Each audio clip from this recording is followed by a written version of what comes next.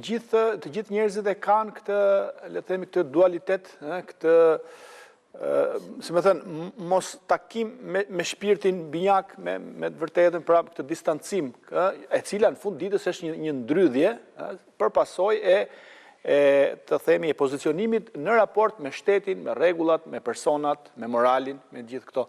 Pra, mendon se të gjithë njerëzit ka nevojë që ta kapërcejnë këtë barrierë dhe një herë të vetme apo herën e dur ta takojnë vetveten, siç ti kaq bukur e perifrazove. Në meditim na jemi gjithmonë në prani të vërtetës. Në meditim, domethënë, sillet e gjithë ajo ashtu quajtura botë, sepse botë është diçka që ne konzumojmë dhe nuk e kuptojmë. Po është e rëndësishme që ajo që ndodh ta pranojmë, mirë po të kthehemi aty ku kemi shpirtin.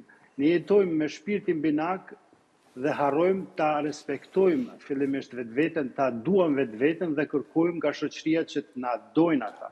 Kjo nuk mund të ndodhë sepse çdo gjë e kemi mrena, nuk duhet kërkojmë jashtë.